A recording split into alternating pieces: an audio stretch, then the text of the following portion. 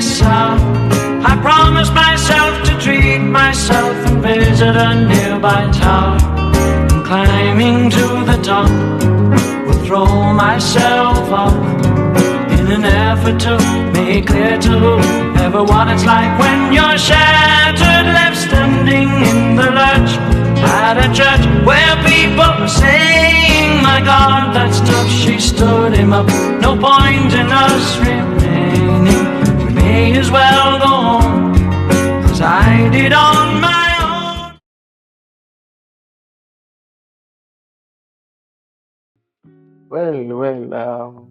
I'm Ronnie Mdawida from Kenya, of course, born and raised up from a small village in the footsteps of Mount Kilimanjaro.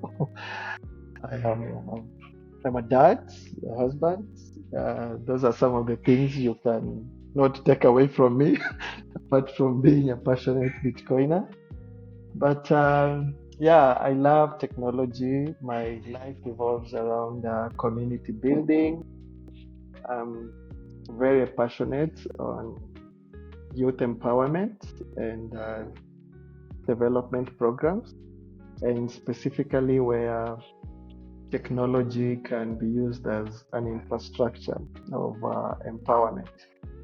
Been in the development sector for quite some time, 15 years plus. So it's a field I've enjoyed. I keep learning every day. You guys are always challenging us, so we are always trying to to keep up and learn new ways. Of course, merging with the little wisdom and knowledge we have in the sector. Yeah, but happy to be here. We have very passionate young people like you here, and I'm hoping you'll get to meet them when you come, who are self-motivated, very inspired, and I'm grateful to be part of the team as well. Yeah. Amazing. So I know you've been working in Kibera for years. Based on our previous discussion or our previous conversation, we talked about your journey, but that wasn't like very public like this. So I want to ask you some questions based on your works on Kibera, even long before you entered the picture of Bitcoin. So the first question I would like to ask you is, what kind of work were you doing in the community even before Bitcoin showed up? The second question, what problems were you actually trying to solve back then? Great. So, wow, the journey in Kibera has been more than amazing. I think I started working with the guys in Kibera when I was still very young. I'm like 46 now, and I think I was 22, by then. So I started with some friends there. One of them, I think, was called Abzed. He's still very much present in Kibera. And the challenge then was more of cohesion in terms of groups. And there was a lot of crime that was happening. So all these stemmed from behavioral change. And I had a lot of friends who I knew, or rather I had met in Kibera. Some of them lost their lives, and I was very close to their families. And I remember there were women, who, when we were doing sort of those just communal group meetups where we would encourage youth to form groups, work as a team, um, do different chores, and earn a decent living. And a few of my friends, their moms, we became very close.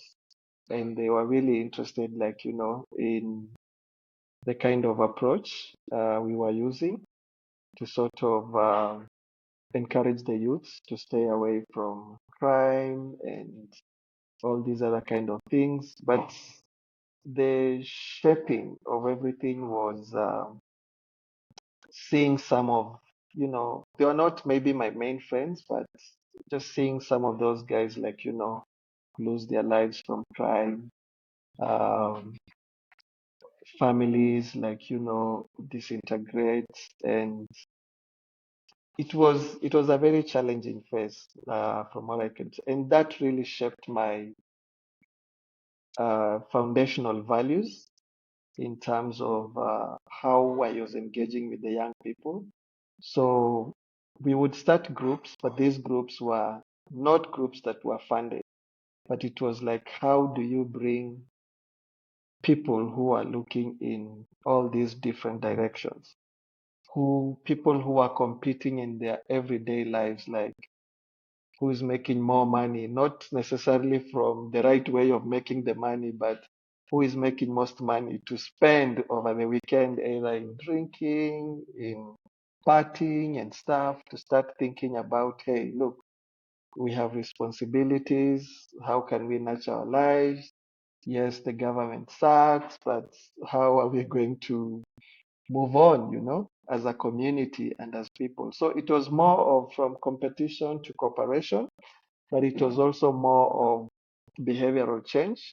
So we'd bring together a group of very small groups of people who we saw maybe had potential, talk to these people, like build friendship from the heart, get to understand them, like, their thinking, their behavior patterns. What are their triggers? What are their fears? Some of those things. Then now started building small groups. And one of the most successful groups that's still there now is Reform Youth Group, which sort of repurposed a land that was a dumping site into like a greenhouse.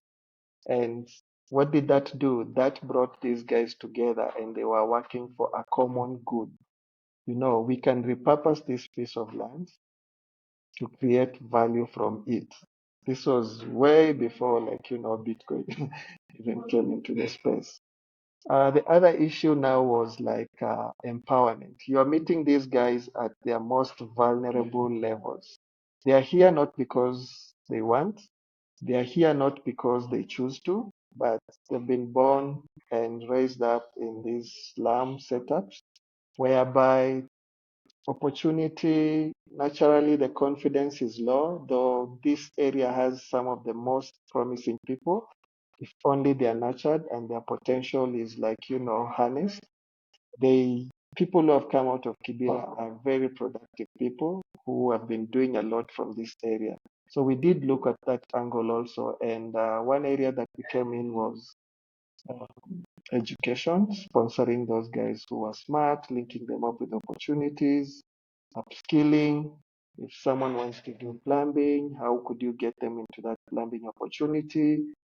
Scholarships. And then, of course, we created income generating projects around the slums that empowered not just an individual, but the larger community.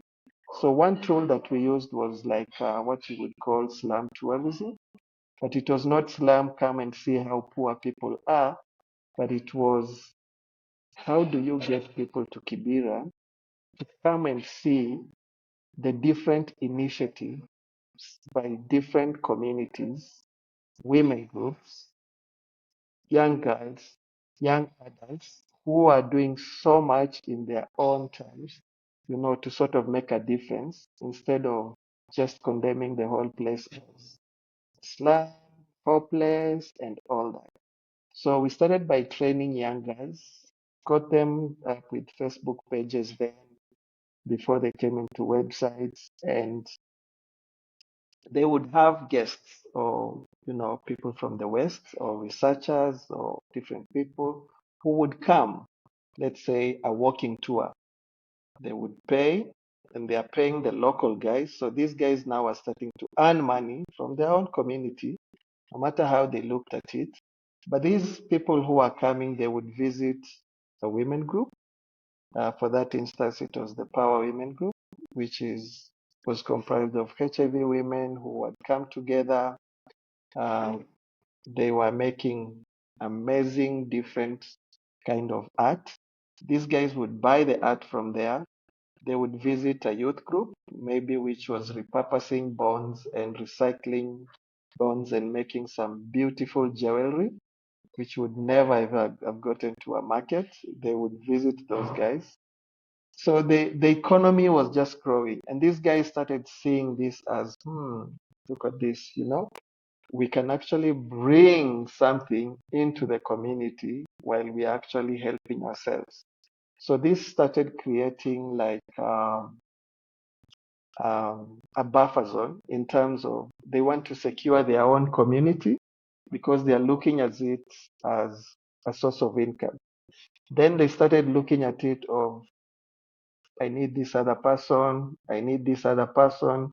So we could work as a team. Slowly, we could work as a community. So that is how we started this journey. And those are some of the initiatives, like, we were trying to solve. But my main focus was uh, marginalized communities, what you'll call marginalized communities, to be specific, Kibra, Madawe, and some other informal areas, others across East Africa. And then the rural areas also, some of the areas where I've done a lot of work with young people. Okay.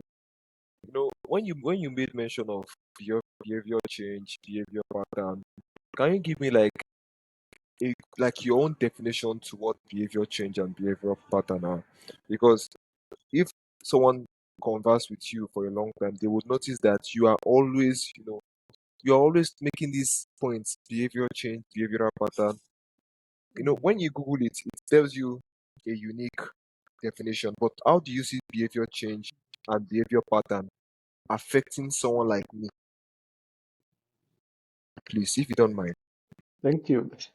So yeah, like you said, behavior pattern is it's a complex word because even ourselves, yourself at this level, there's so many components where you come in and you're like, I want to respond differently to this scenario. I want to respond better to this scenario. That's still a behavioral change.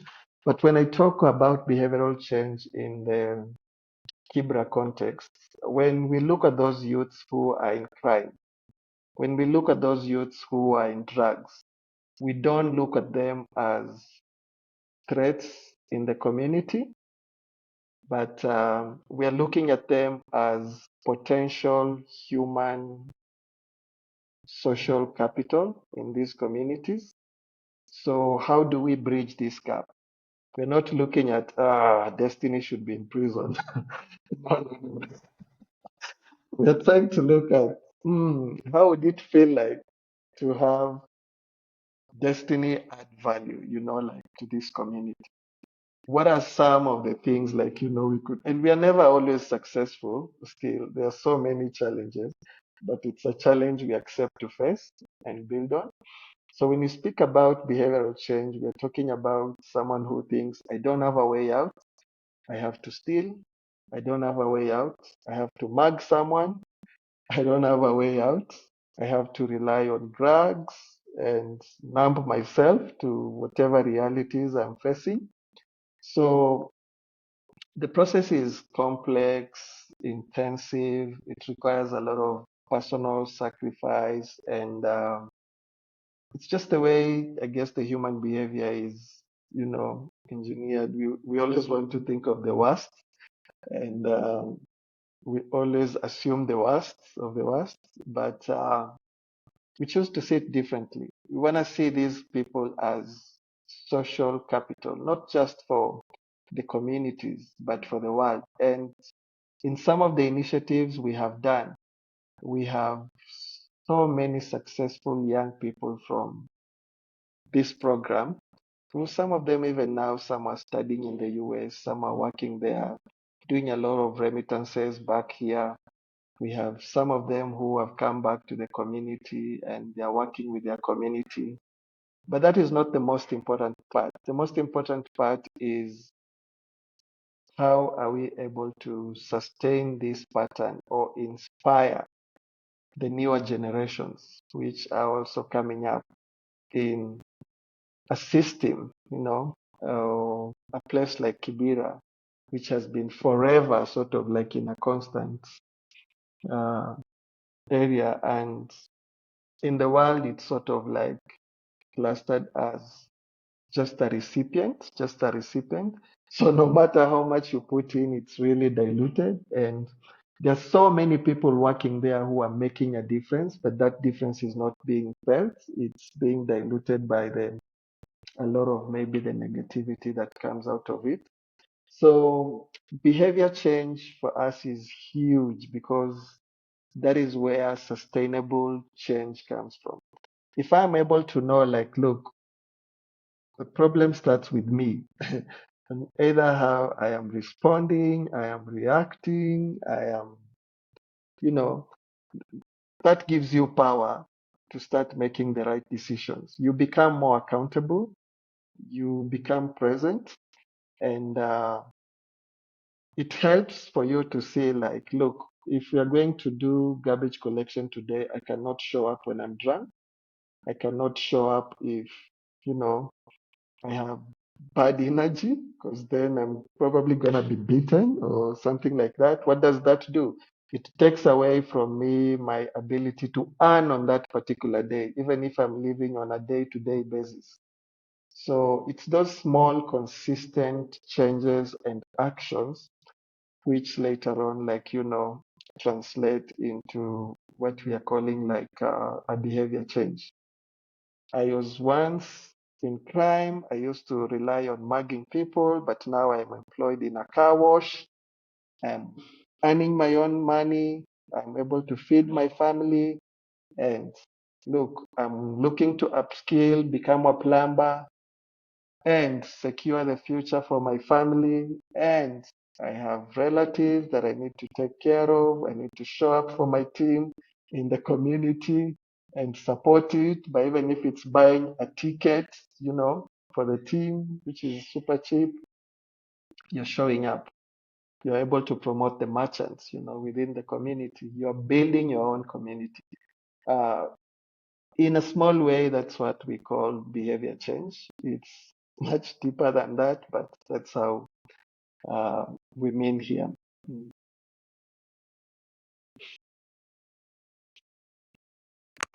Awesome. This is very, very important. Mm. So looking back to, you know, the community you were building before Bitcoin, I won't even call it community, I'll call it ecosystem because it's beyond just a regular community, right? So looking at that point in time, was money or in any way financial system even part of your focus?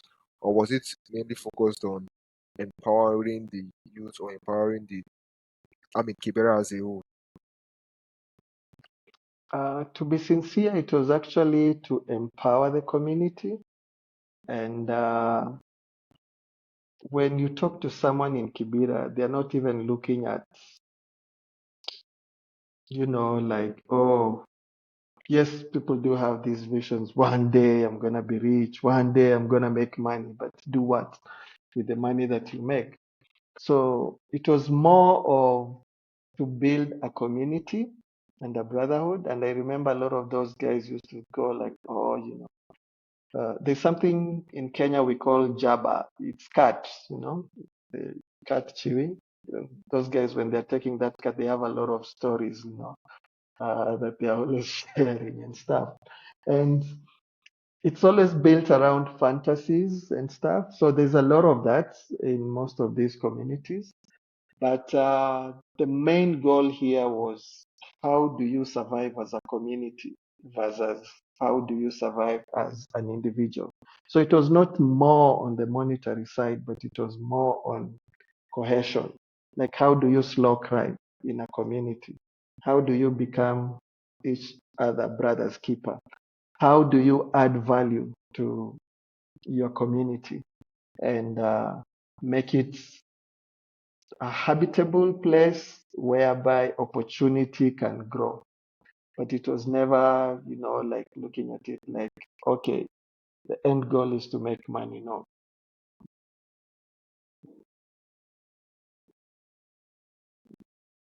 Awesome.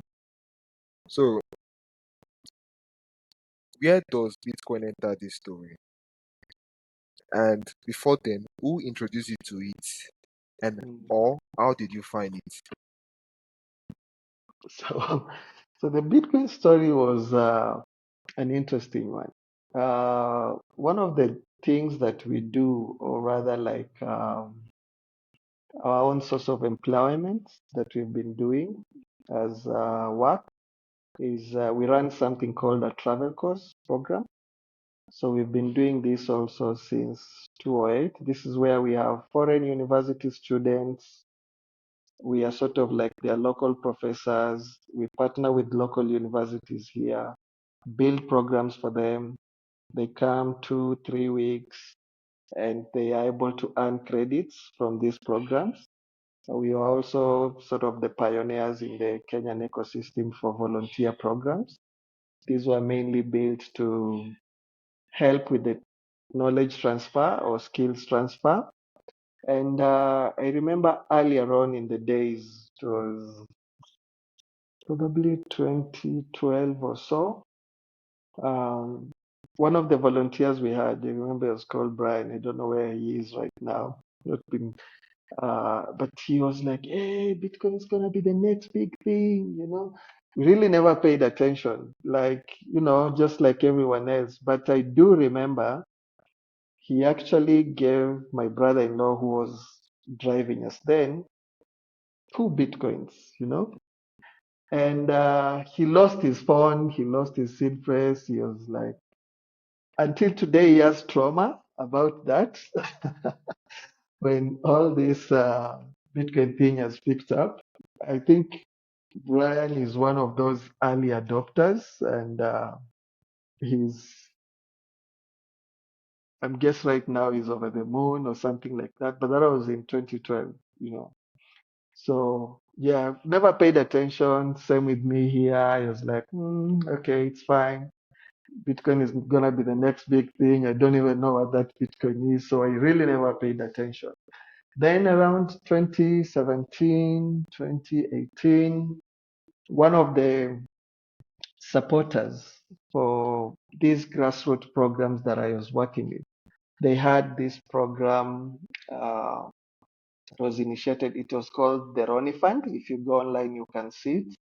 And Ronnie Fund was born sort of like, you know, to support some of the efforts that I was doing. So Ronnie Fund is actually the birth of, like, you know, AfriBit Kibera and so many other small initiatives which have kind of gotten the life of its own. But it's very grassroots. You'll never see it anywhere. We deal with people like Destiny. Oh, Destiny, you want to support 10 kids? Okay, here it is. You want to bring brick making machine? Here is the group, you know, go support it. So it's never about grant seeking, proposal writings, and things like that. But it's something that was built out of friendship from a family that I stayed with in Canada, and they became like very good friends. So that is where I met Yogi, and Yogi was in tech, and he was a regular, you know, person supporting the work that I was doing, apart from many other people. And he was like, "Hey, look, we wanna be. Can we do something with the students or the group of young people that you work with?" And in my mind, I thought like, another word, Excel, you know, like computer thing, you know. I was like, if this is it, no, then I'm not gonna involve in it. He was like, no, no, no, it's something about blockchain, and you know, it's something interesting. You'll probably enjoy it. I was like, okay, I will audit it, and if we see fit, then we can move ahead. So that is where Yogi now like brought this Bitcoin knowledge and to us, and he was like, oh, in fact, uh, the donation that I normally give, I want to be giving it out, like, you know, in Bitcoin. It's like, oh, okay, interesting. So I wanted to learn. I'm always very curious about technology and learning new things and how they can be integrated into the community. So he sent me the course. Bitcoin 101. It was from Ivan on Tech Academy. Nowadays they call themselves Morales. And I started there, audited the course, and I started sinking down the rabbit hole, like, of Bitcoin. So the beauty was I had to audit all the courses that I was gonna recruit the students, you know. I had to audit all those courses. So I had to go through all of them. And every time I was like, just getting sucked in, getting sucked in. And that was the birth of now, like, uh, this Bitcoin knowledge. And having worked in the community, I was, how do we apply this? Initially, we thought like, okay, yes, we've been working with the guys in Kibra, but we need to start with the guys in the university. They would get it. So we started with a cohort of university students, 9, they grew to 15, got some students to try and build a node, all these kind of resources very early on. And then one of the experiment was like, we're very ambitious. We're like, let's build AfriBit marketplace. We start trading in one currency, Nigeria to Mozambique to Kenya. And, when you're pumped with knowledge and you feel like, you are the smartest person or you're the smartest people in the world. And that's how we started building the AfriBit marketplace. And it was amazing because one, it was bringing all the students from these diverse backgrounds to work together. It was creating a lot of interest with the young people who now they were becoming sort of like the educators and stuff. And the brick wall was just shipping. The Africa infrastructure is not geared like, towards like, uh, things have to go to Europe before they come to Africa. And that is where now the logistical part was. And we were so ambitious. We were not even thinking of let's scale it down to Kenya, no, or East Africa. No, we just wanted to do the whole Africa thing. So that was another lesson that we learned, like, dude, guys, start small and you will move. But Bitcoin for me, what it meant was it meant more than just, like a currency as an asset. I saw it as a tool. And I remember when I came up with the word AfriBit, I was thinking about the continent. And that is what inspired, like, our logo. And if you noticed, our logo has the Pan-African colors. I'm very, very passionate about Africa because I believe it's one of the most amazing continents and places in the world with this huge, huge, huge and amazing potential. And I was thinking more of how can this solve, like, the continental problems that we have. I've done a lot of self-study, history, Africa, culture, all those different cultures. And yes, in my small works in the community, I use some of those skills and knowledge, but to stir the passion for the continent and the African Pan-Africanism and see how all that like sorts fits, into the ecosystem and how do we move from this deflation. And one thing that used to give me goosebumps was the inflation. It was I couldn't wrap my mind around it, from the word go. So just like you now that you're in Bitcoin, you know very well once you sink down that rabbit hole of Bitcoin, you sort of just jump in. So we started with Yogi, we were very ambitious. Then I think something happened and Yogi went off the radar for maybe like 1 year or something or so. And we owned the process now and we sort of now like we were so much into it. By the time I was coming back, I was like, whoa, okay, what just happened? But one piece that led to the building now of the AfriBit Kibera, because initially how we thought AfriBit to work and probably to work that way, this was the vision. We could have AfriBit different chapters of AfriBit. That is how we were envisioning it. But for us, the most unique place to start was Kibera because there was this perception of it's a slum, it's not Bitcoin ready, people there need food more than Bitcoin. But dealing with those people all those years and looking at the Bitcoin white paper, I had to read it through I don't know how many times. And the more I read it, I was like, I think it's meant for these guys, you know? So we were like, okay, we need to figure it out. But what happened was when one of the groups now we were working with in Kibera, because at this time now we had shelved the AfriBit marketplace, you know, like Dream. And the students, of course, from the different diverse programs had all gotten some very nice jobs coming from the tech, because they did not only do Bitcoin, but they did the smart contract. Some of them entered into Python. So they were very early on in terms of all these software development languages. And they built on that and they were able to get very cool jobs. The condition was start with Bitcoin 101, then it unlocks all the other courses. So that was huge. Come 2021 or so, one of the groups, Big Brother Car Wash Group, which actually I'm very happy to say right now they're on Bitcoin standard. 5 of their members are paid in Bitcoin, you know, and it's the lowest of the lowest of how you could go. And these guys had an issue because they were running a waste management. And the issue that has happened was they were serving as a group. Then over time, just like so many groups which are set up in informal settlements, they stopped doing that, but they had some money in the banks. Um, they went dormant for a couple of times. The account was frozen. Then they come back again. They want to restart. They can't. In Kibra, fires are quite normal, community fires. The guy who had the certificate and you know, the group documents, like the secretary, lost all those documents. So there was no way, you know, like for them to.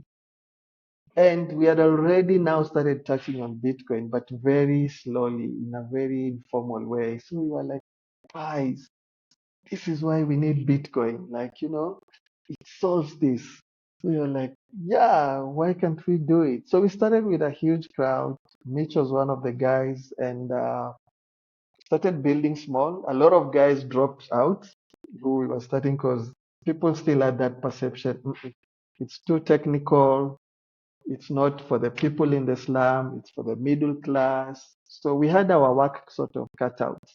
So we were like, okay, let's do this.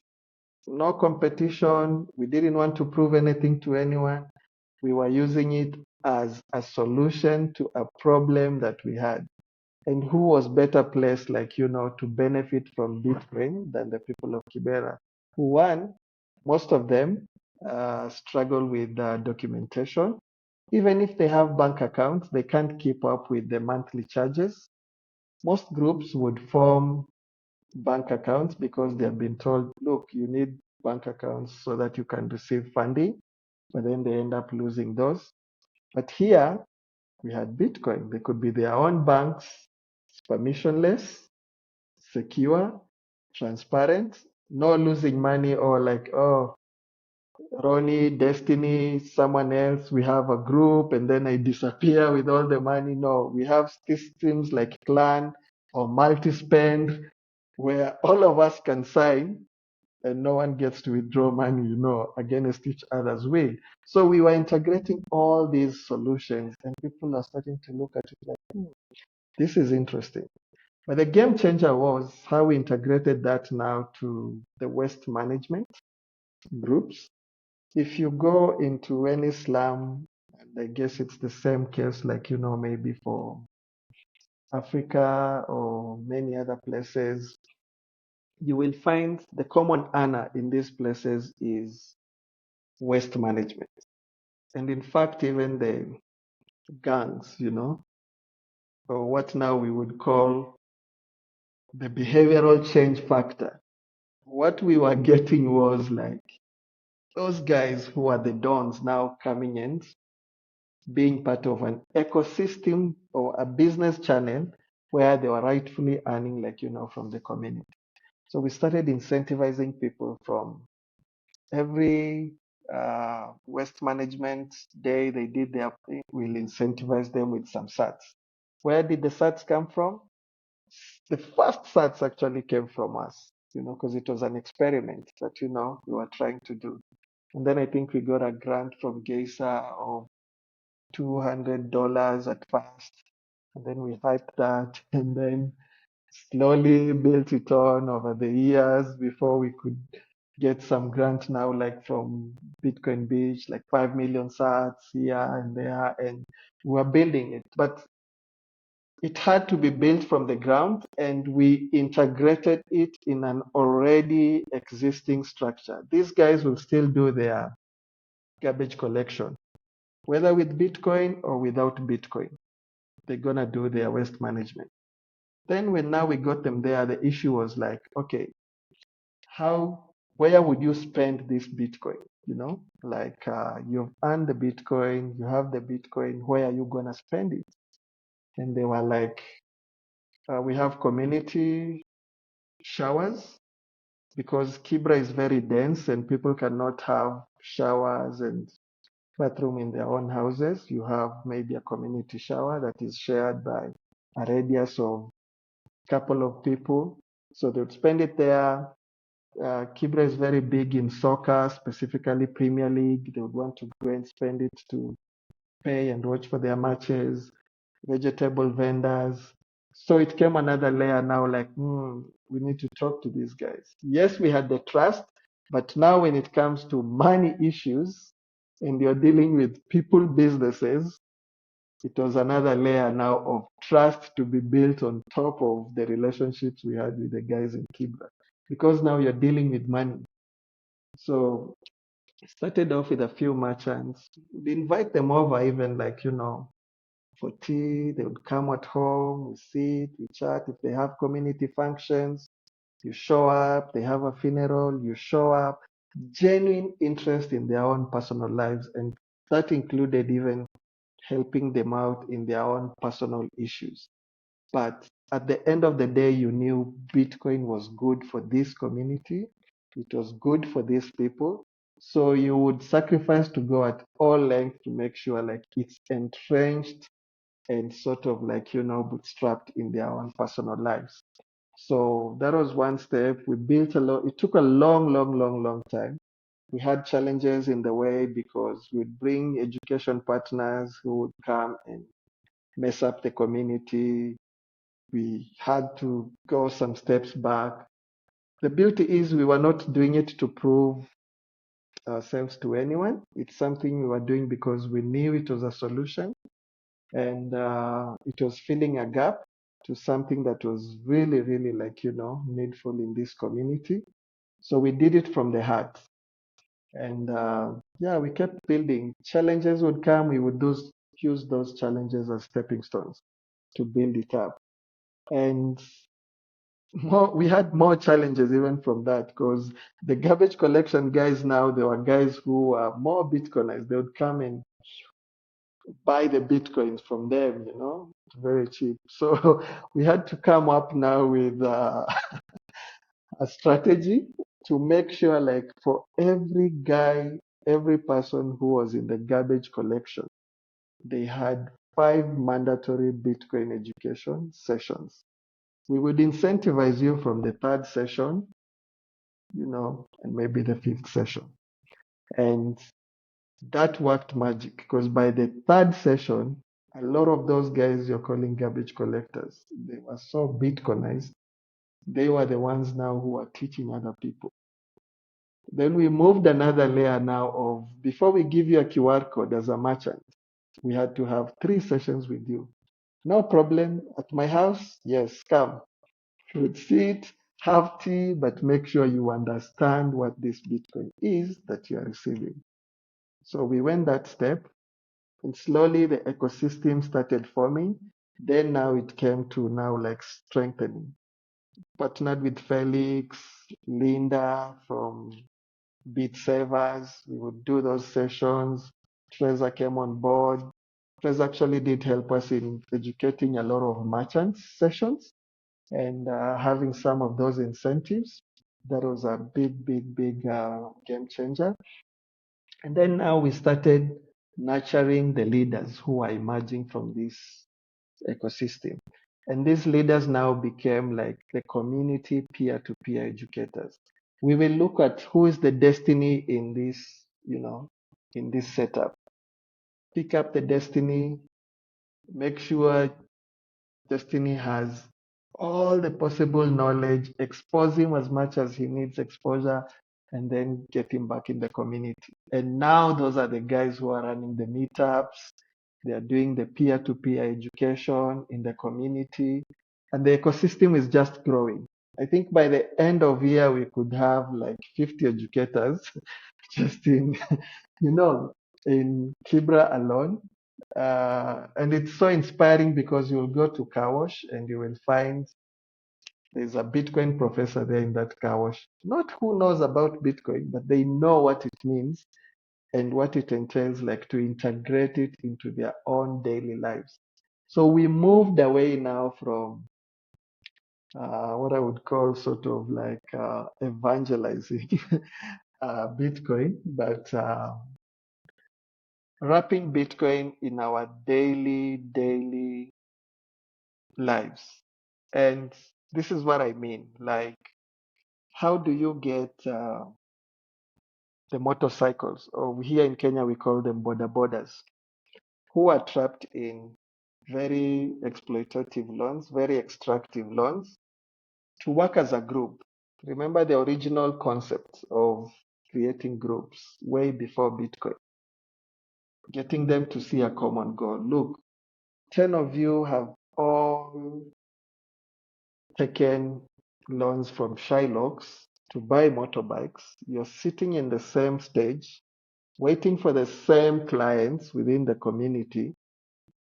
And there's so much extraction that is happening at this level. This is money that, because you're already so Bitcoinized, this is money that you could be buying and it could be saving as Bitcoin, but it's going towards, like, loan repayments. Can you guys work as a group? Save your money in Bitcoin. It becomes your collateral. You're able to get these bikes. You're able to save. You're able to, move away from these extractive loans. And that is what is slowly taking shape now. You move on to the other side where we started with the waste management, which is dominated by young men. And the other issue was the women are feeling sort of excluded. And they came up with their own idea of upcycling. Look, we are not going to go into the muddy stuff, but we will go into the homes and get the waste from the source. And we are going to repurpose this waste and we are going to turn it into sats that we are going to save for our kids, but also spend within the community where we earn, and we are able, to create value from it. Question comes in, where does AfriBit come in? You can provide resources, let's say like the sewing machines. That's where people like Fedi now comes in. They support such things. We are facilitating that. Bitcoin education. You find the women. We have almost like 5 educators and so knowledgeable. They have done several cohorts of different, I can't even keep up, Bitcoin classes, but they are looking at how do they entrench Bitcoin into their own daily lives. So they're not looking at Bitcoin as, we know about Bitcoin, this, that. No, they're looking at it as an asset, a hedge against inflation. If we're able to save our money in Bitcoin, no matter how little we save, we have this edge whereby by the time our kids get to 10 years, then we have something. So we had this perception initially like, these people are from Kibra, they can't save and that. But dude, it was shock on me. Even the car wash guys, Like they were saving in fiat and they were so disciplined in their saving, even in fiat. Can you imagine what they're able to do with the Bitcoin knowledge now that they're saving in Bitcoin and they can be more accountable to each other? So it's an ecosystem that we are trying to build, not just how Bitcoinized this is, but we are using Bitcoin as a tool of empowerment. Bitcoin is the infrastructure. Bitcoin is the engine to some of these community activities, like, that we are working towards. And that is where now we are starting to see the traction. There is the meetup that you're talking about was soccer guys, the border riders, and the car wash guys self-mobilized, like, look, we need a session and we want to talk about this, not to learn about Bitcoin. How can we apply it? You're not going to leave us behind. Right now, as we are talking, we have guys who are in petty crimes, and most of them were maybe in the prisons. They've come out and they're like, dude, there's so much victimization. We've been left behind. We want our session. They have collected themselves, ex-convicts. Now they want their own sessions for the ex-convicts, but it's a big opportunity to integrate them into the society and not go like, those guys were in the prison.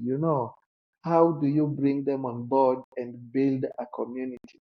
How do you get the border guys, the waste management team, the upcycling women to work on a common cause and then use Bitcoin as an engine for that community? Let's have an education fund where the guys from the car wash are contributing some sats every week. We are all accountable. It's a clan or a multi-spend that we are all controlling. But look, after 10 years, we have something for our kids' education, and we don't have to go like, oh, we need scholarships, we need this. That is the power. And you realize like Bitcoin is giving these guys freedom. It's giving them that power that they have always yearned for in terms of sovereignty, financial independence, and they don't care about like, the fancy words like, we use, or the price charts like, oh, Bitcoin is sovereign and that. No.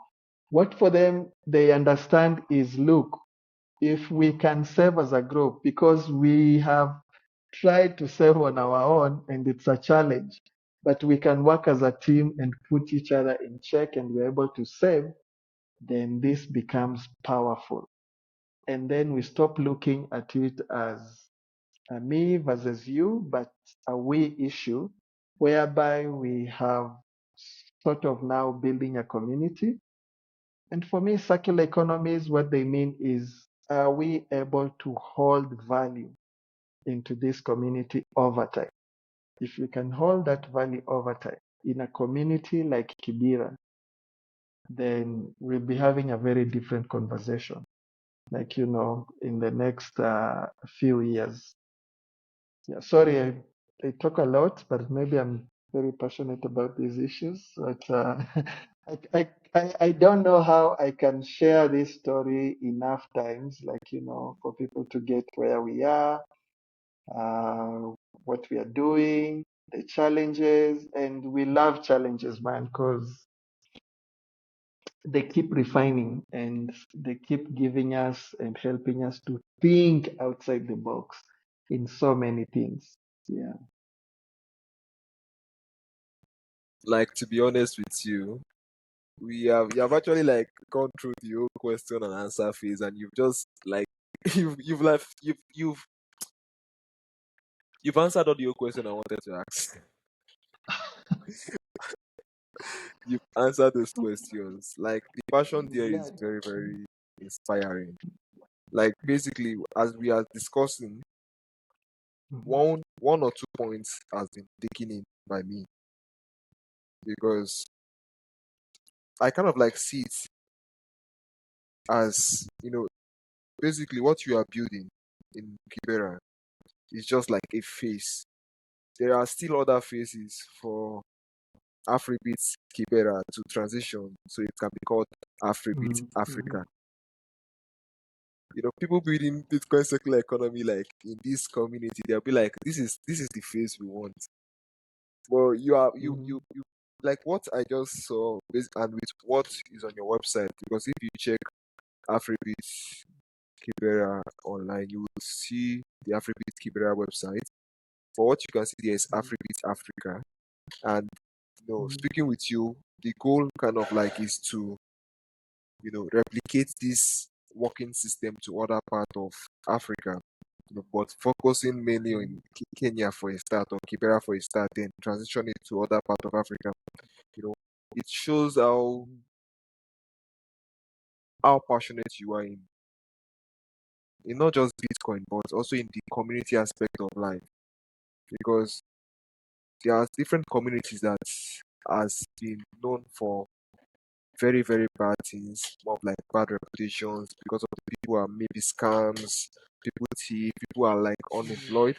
But now you are looking at how can we empower this community using Bitcoin as the engine, not just in one place but in multiple places. And I see this as something that is very, very infectious. You understand?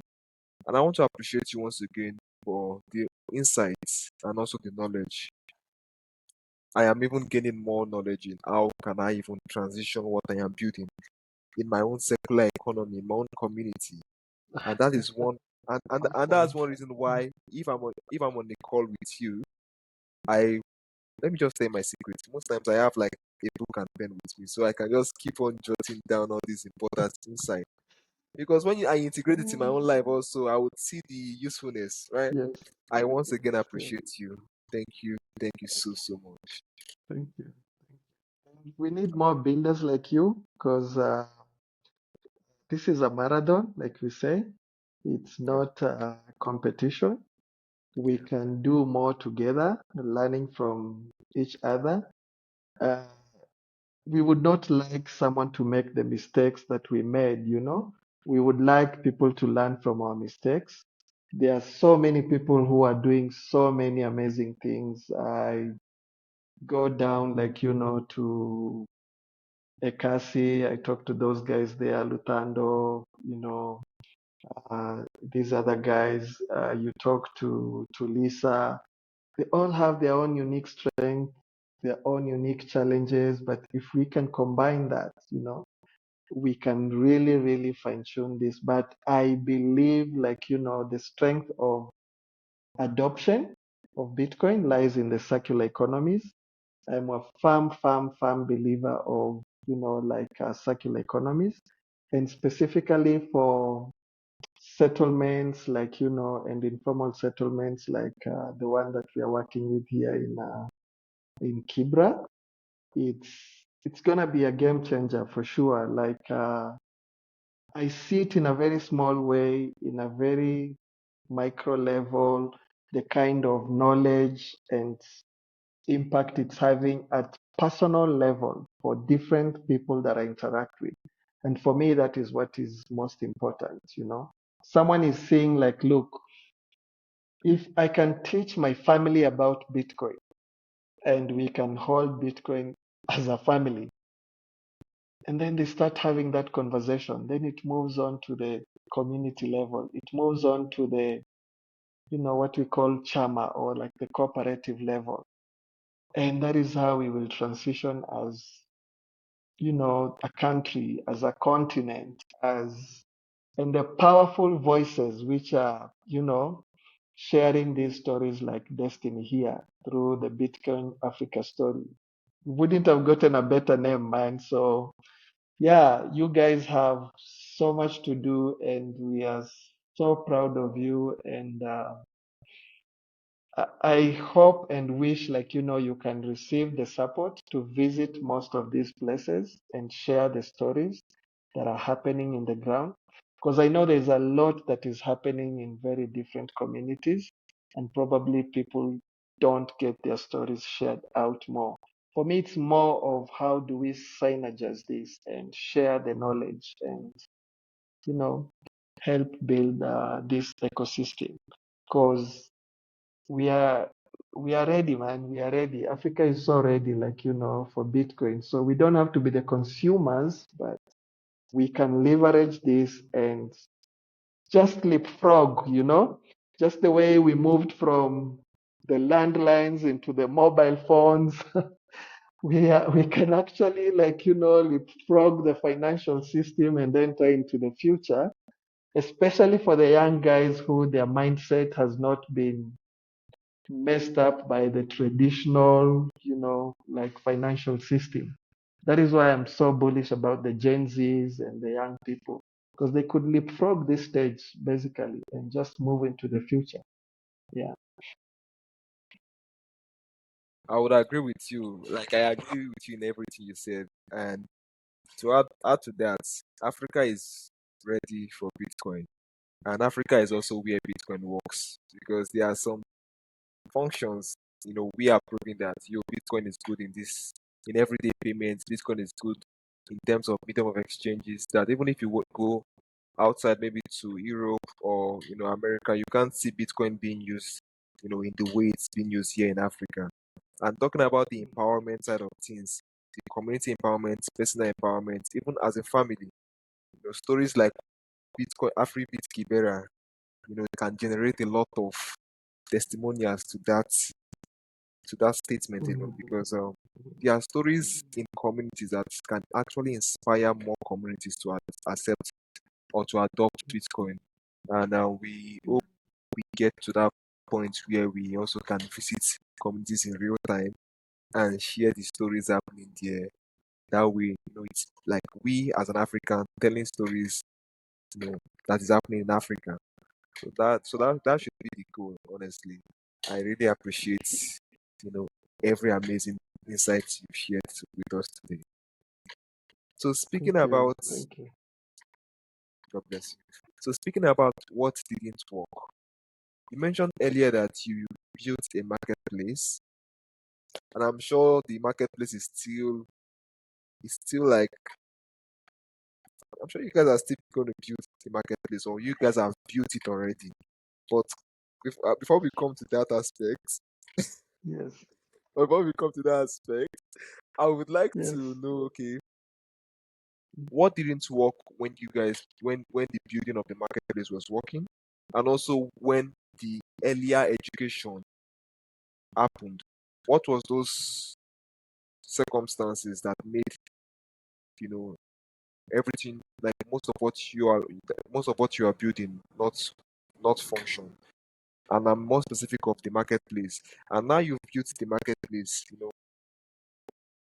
how can you relate how can you relate these two things? Like, what didn't work and what did you implement that made it work? So that people that are building similar products, or people that are even focusing on education or leading into the technical part of Bitcoin, can understand how they can also incorporate what didn't work into what they are building. So it can also work out. So what didn't work was mainly the issue of shipping. And yes, right now there is a team working on that. Yogi is working on that with some of the students who we have. Because in AfriBit also, we've been fortunate also to have some young people who are very good developers. They've really been helping with and collaborating with other startups, like Mainmore, Bitsaco, into the tools that we use as a community. That has been one huge value that we have had. So I wouldn't say it has worked already or it's working already, but I know Yogi, together with Eddie, Martin, and a few other devs, are starting, like, to rework on that. Most of these guys in AfriBit, they're very independent when they get the goals and they get the vision. So you see, like I told you, I don't even do our tweeting. It's the guys who do their own tweeting website. They just do the website on how they understand, because they are the owners of this thing. I want them to own this whole thing. And it's the same thing also with the AfriBit marketplace, which they are working on with Yogi. There's a way they want it to work, and it's a practical learning step for them. So I don't want to jump ahead and say it has already worked, but it's something that they're very passionate about and they are revisiting. Of course, now with so many AI development and tools, they're integrating that now and they're experimenting that, with the marketplace integration. And I would tell you, we have a lot of pillars in AfriBit that we thought are crucial, like, for any circular economy to be effective. So we've been moving from those pillars one to another, not necessarily in order, but step at a time. Like now, there's the AfriBit Marketplace. Of course, it's one of the pillars. There's the Business Accelerator Program. That's the one we are doing with Fedi, whereby you empower like a car wash. The guys are getting paid in Bitcoin, but the things like the borders, where it's a cooperative, they get education, they get driving licenses, and then they pay amongst themselves. It's a very novelty area that we are piloting with them. So that falls under the business accelerator. There's, of course, the education component, merchant education, merchant adoption, scaling that up. And then there's the social angle, where we have some young people who are also working very hard to learn Nostar and get the guys in the car wash again and in the waste management to get them into the Nostar platform, and start, like building up on those things. So there's a couple of those. Then we have the Wi-Fi, of course, which is now the Satanet that Fed is filling in that gap. So we have like 9 pillars, but all of them are coming in pieces and stuff. So for the marketplace specifically, I would say yes, Yogi is leading that channel, but he has some developers that he's working with, and it's still in very experimental stages. But it's a good challenge, and like I shared, we love challenges. So there's a lot of products right now, especially with the upcycling team. Those young girls are making some amazing bags and different things. So it's gonna be a huge opportunity for them, like to pilot that. And hopefully they should have something solid by the time the conference lands here. And we can work on those. There's a few other things happening behind the scenes. Too early to tell, but I know we'll have many more other sessions and we can be able to integrate them. We have peers and mentors who we're bringing up on board, people like Robert Kirubi. We have, other guys in the ecosystem who are coming to complement very different things. We have partners who are helping with mental health. And we want to have an ecosystem where, like, I don't know how to frame it, but you don't have an excuse as a community member to say, like, oh, I'm too stressed. No, we got you, you know? Let's talk about the mental health aspects, So all that ecosystem. And then this Bitcoin thing has to work, man. It has to be the infrastructure and it has to be the engine because it's the plan B of everything that you're trying to build. Bitcoin being the infrastructure and also being the engine. That Yes. that you basically Bitcoin AfriBit Kibera is just, it has shown us that this system is working, right? And we both Yes. can agree. You would say, okay, we have not gotten to that success part, it's still growing. Exactly, it's growing, but it is showing us every single day that Bitcoin is working or Bitcoin can work. So it's Mhm. left for us to build on top that amazing engine. So getting to the True. hard part now, Mhm. getting to the hard part, I would love to know, are there any challenges, or are there, okay, let's put it simply this way. Are there any challenges, the team is facing currently building the circular economy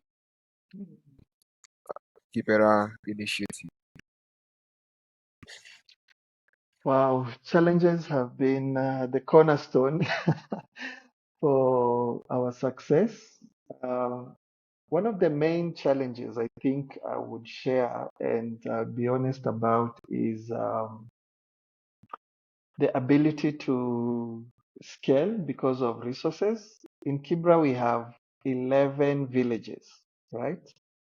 Right now, we have sort of touched 3 villages or so. Um, we have a lot of people that we are mentoring, but we are not able to help them even maybe lead like 1 or 2 or 3 meetups on their own. We would sort of love like, to mentor people and make the whole larger Kibra like, a Bitcoin zone. And we can proudly say like, look, this is what is happening. It's very loud right now, but it's not loud yet. Like, by the time we do half Kibra, I think it will be a totally different story. So yes, the issue of resources, that's a big one, because even if I send educators out there, they need some stipends, they need some materials. If you're starting to get another group there working, Africa, we've seen like we learn by practicals, Yes, this is working, but show them this is how it's working. We want to work with these other waste management because each village has sort of like 5 other waste management groups. So if you can even hit half of those, that would be something else. Then the other thing is AfriBit Kibera is a volunteer hub. No one gets paid in AfriBit, So you can imagine if people in AfriBit or the team, was getting a salary. That means they would sort of like dedicate their lives there, and you can imagine what the impact, would be. I would love, like, to have that, like, some sort of sustainability, let's say, like for these guys. Because, yes, people go do up their things. If Mitch has time, he will tweet and do stuff a few hours because Bitcoin has become their life. And it's only that you have 10 or 12 volunteers, each doing pieces and pieces of everything. And then it becomes sort of like you have 4 full-time working people. You know. There are times I'll come back and probably I find myself in a situation whereby my life has been absorbed by Bitcoin. So many meetings and stuff. But so those are some of the issues. And then, of course, there is what I would love to see probably in schools. You know, you do get invitations from schools. Like schools are inviting you to come and talk about Bitcoin. Some of these people want resources, physical resources, They want a book that they can go and read, you know. We don't have those things. So you will talk, they will only carry back a few, but they're very referral. They would like to have like resources or like books where they could go and, like sort of have something they can read. So printed materials, that is what I would say. That would be very powerful for a community like Kibra, especially where we have the older generation now is reaching out because they are like, hey, we want to learn also. Where can I get this knowledge? Because you can't start there telling them, hey, look, Destiny has a cohort that is coming up. And wait, right now it's in session. So when it comes up, you're going to join. No, I want to read something that I can. So we'd have to have like a library.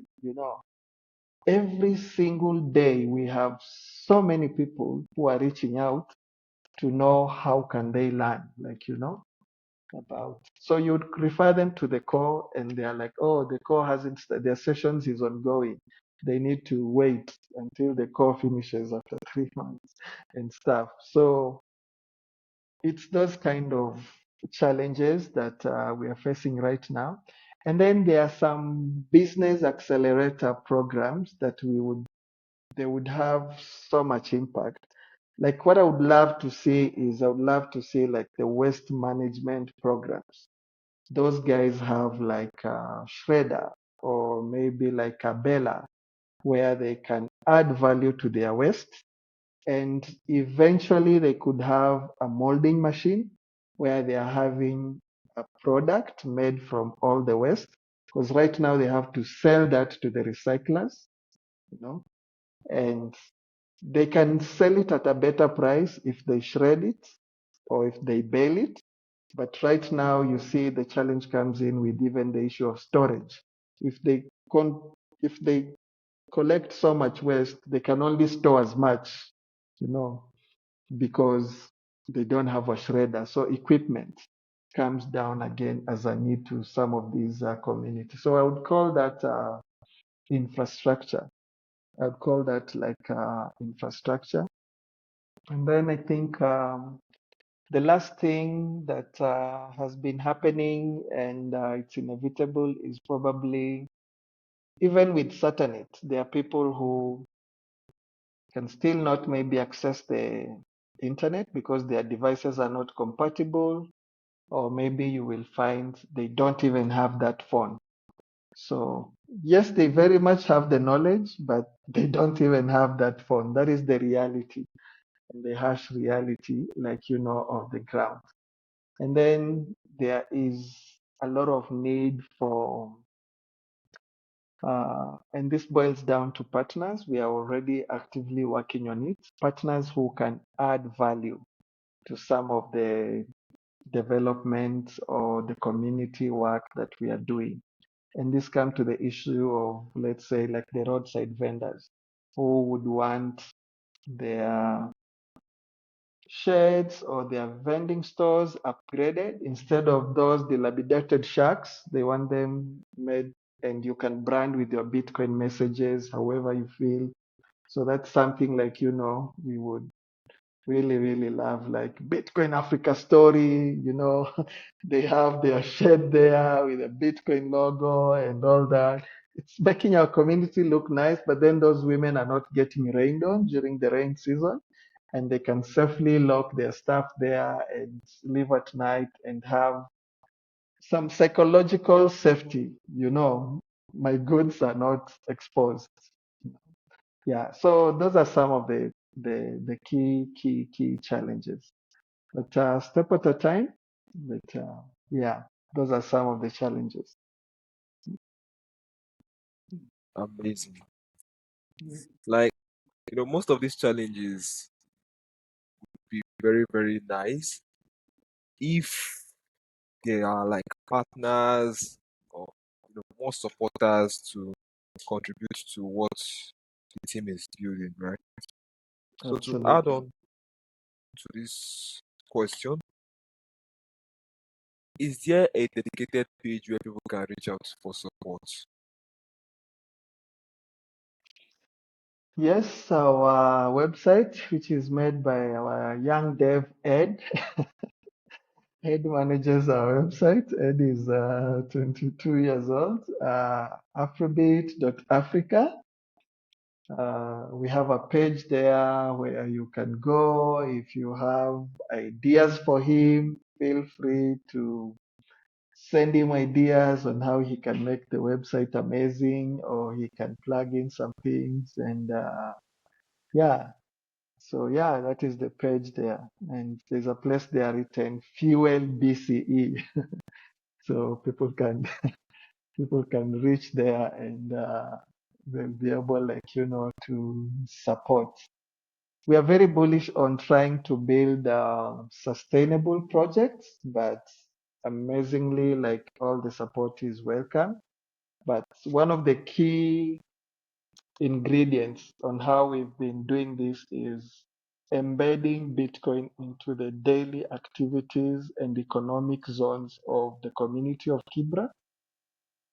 And that is why it's able to have a life of its own. So we don't have to sit and say we are waiting for grants to do A, B, C, D. No, we are able to do much more with the knowledge these guys are getting. I'll give you the example of the car wash guys. These car wash guys, the customers who are coming are not paying in Bitcoin. they are paying in M-Pesa. But when they pay in M-Pesa, the car wash guy is able to receive the money in Bitcoin, and 5 members out of, like 10, those who are phones, have consciously chosen, like, you will be paying us in Bitcoin. And next to it, there is a food store where they eat, and the lady accepts Bitcoin. There is the riders next door. So they're supporting their own circular economy there. So those are some of the small steps, like, that we are taking. By the end of the year, probably we would have 12 of those guys now fully, like, on Bitcoin standard. It's not like, no, it's going up or it's going down. No, no, no, no. It's a conscious choice. This guy is also a reformed guy, and he's the lead of the group. He's a Bitcoiner as well. We've been able to transition with him in this behavioral change program. He has underneath him like a couple of youths in this group. And these groups are so Bitcoinized now. Some of them are doing spoken word, and they're car wash guys. They sing Bitcoin music, just peer to peer. And and now they are like, yes, pay us in Bitcoin, lipa na Bitcoin. So that is happening. Like, it's not a story. It's there. It's happening every single day, no matter how many customers come, because those guys are paid according to the number of people they service. In Kenya, M-Pesa is huge. Everyone pays in M-Pesa. So you pay this guy in M-Pesa, but you set it up for him in a way that he's receiving that M-Pesa, it comes out as Bitcoin and through Minmo. And he's able to pay his team members now. And the others, it's just because they don't even have the funds yet. So they would still be there also as well. And they are so proud about it. So that is how we are trying to do it. How do we create those earning opportunities in Bitcoin? So we move from, yes, we have spending, but then we have earning, earning in Bitcoin, and we're starting from the lowest of the lowest level. Same concept like the waste management guys, whereby they are like, okay, they're being paid in fiat, yes, but they're receiving it as Bitcoin, and whatever they don't need to convert, they have their savings that they're saving in Bitcoin. You can come, you can send them some sats directly to their, to their group wallet if you want to support them. Not send them to AfriBit, that you can support them directly. And that is the kind of impact, like, we want to have. And that's what we are trying to build each and every single way. So that begins by people understanding the value. What does it mean? I'm paid in Bitcoin. So the garbage collector in Kibera, I'm paid in Bitcoin. The car wash guy, I'm paid in Bitcoin. So that's the language that we've been building towards. Amazing, amazing. So I want to ask you something. We always ask everyone on this show, Mm. and it ties down to the impact which you mentioned. So, what is one moment where Bitcoin clearly proved itself in your community?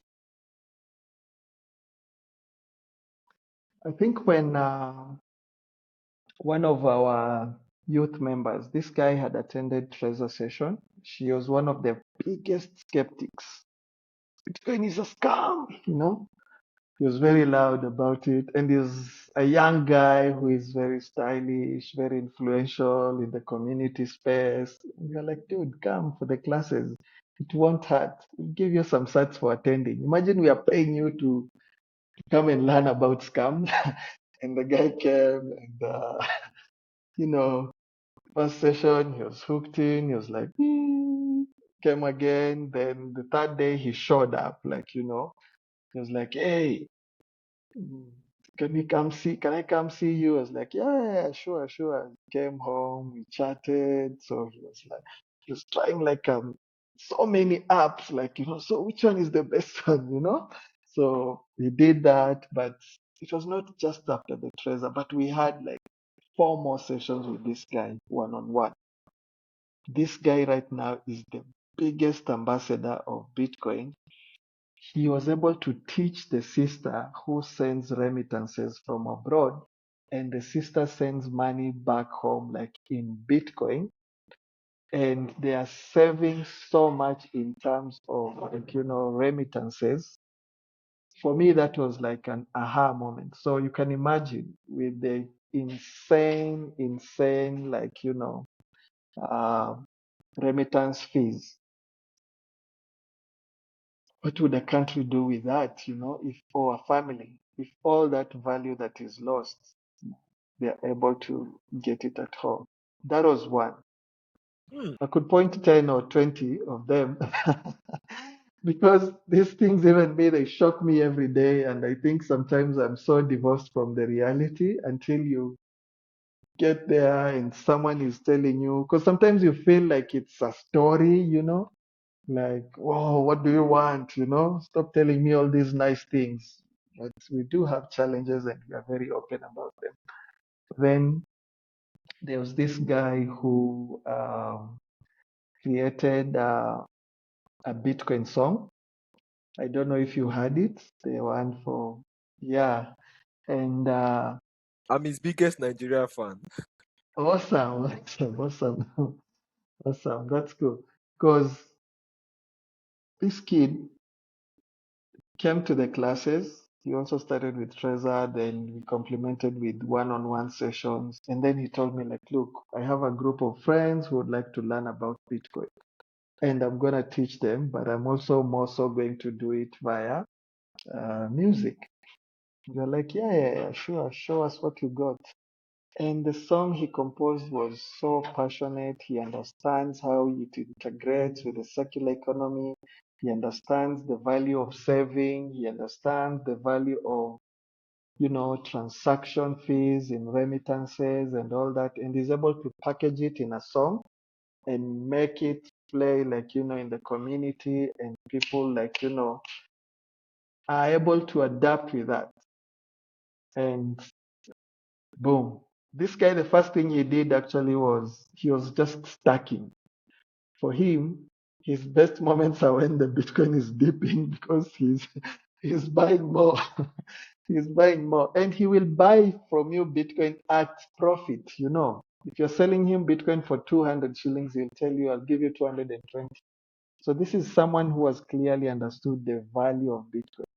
But he went further because initially he was stacking with his Blink wallet. He deleted his Blink wallet from his phone and he just had the address. So every time he buys the Bitcoin, he just sends to the address because he doesn't want to spend it.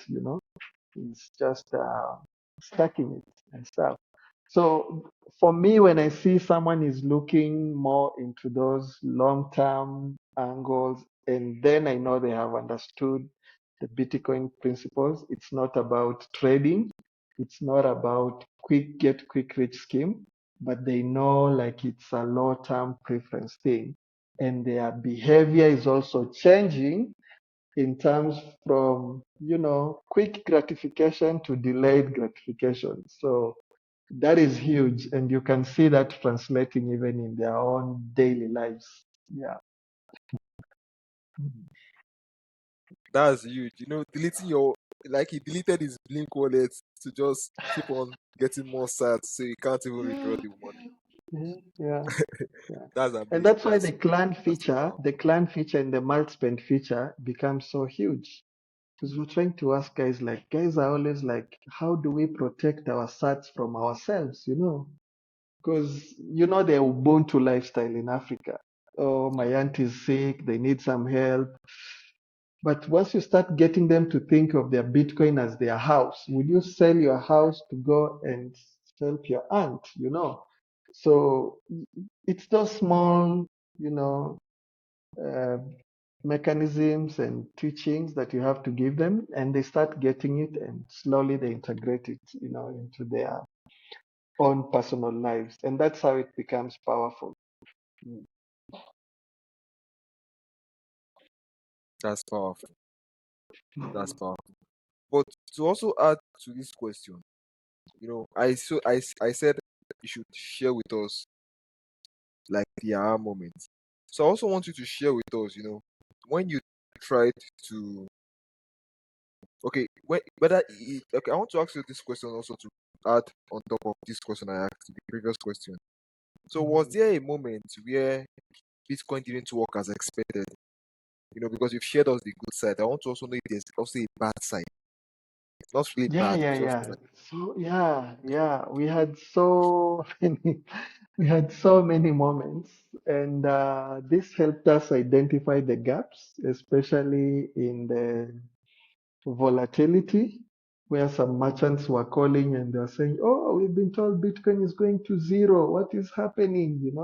And then we realized, like, someone had given QR codes to merchants who are actually not educated enough, and it was a momentum or a narrative, that was being pushed despite the large efforts, like, we had done.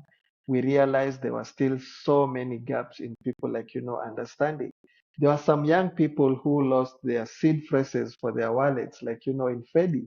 And this is they had gotten their wallet, saved their $20 in there, which they had already. But this came from the excitement of like Bitcoin. So how do I join Bitcoin? Just download a wallet. In there, you can buy Bitcoin and you save. They didn't get all the education of, look, you need to secure your seed phrase if you're using your Fedi wallet, because they started with a Fedi wallet. They didn't have their seed phrase, and then they lost their phones. Then when they recovered, and then now that's when they were calling me. They're like, no, like they didn't tell me about that seed phrase thing that you're talking about. It's very small margins, but those things also, like, um, do make a difference.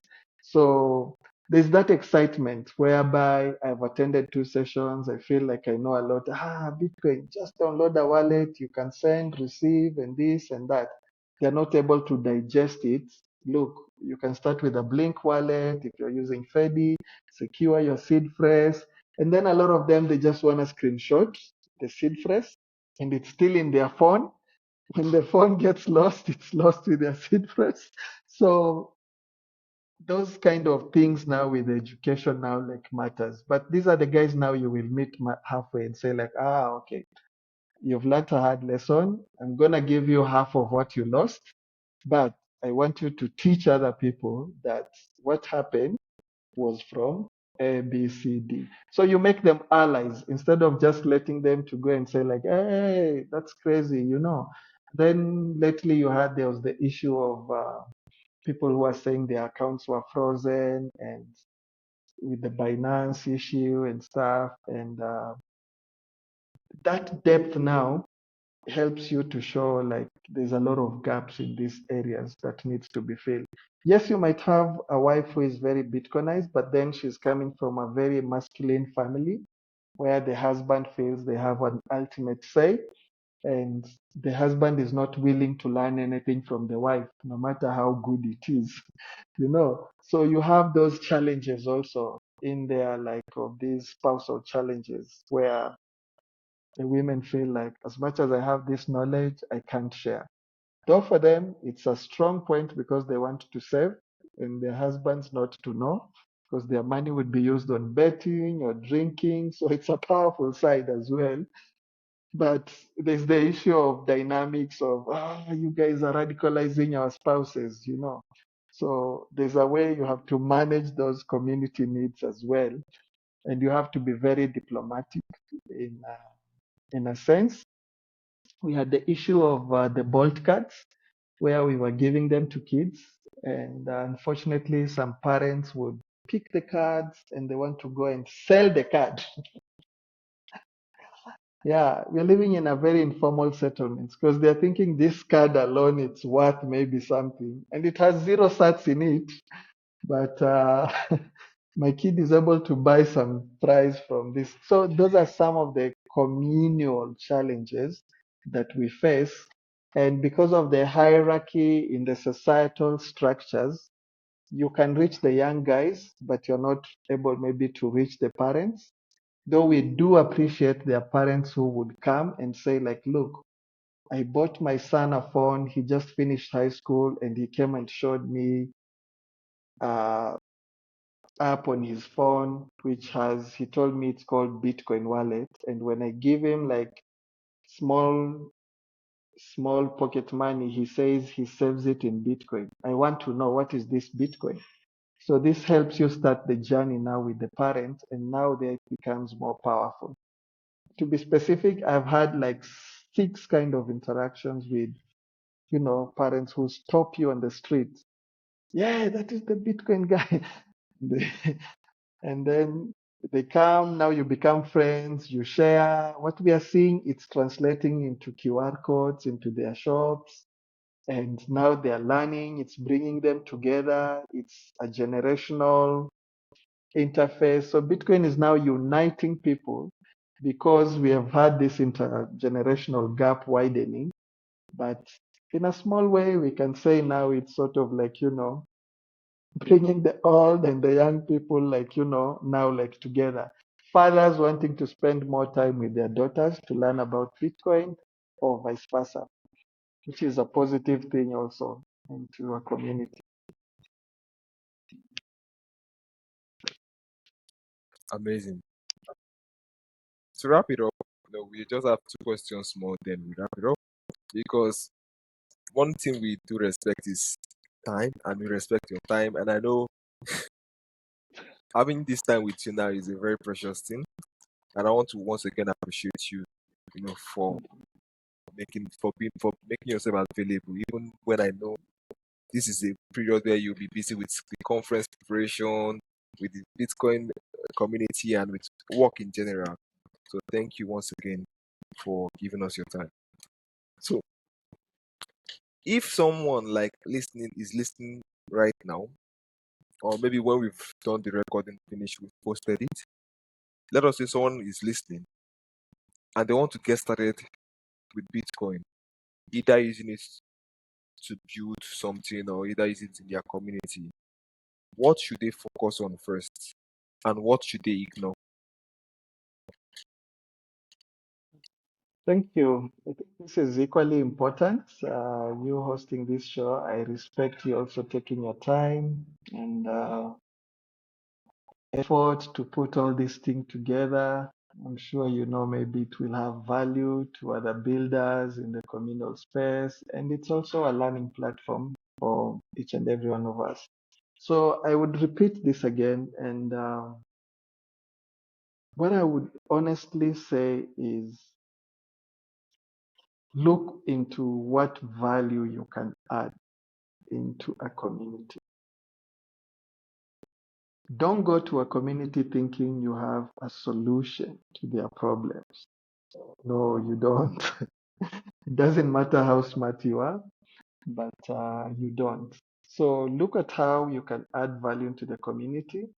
And by adding value, it can be as basic as, you know, this community is dealing with a specific issue.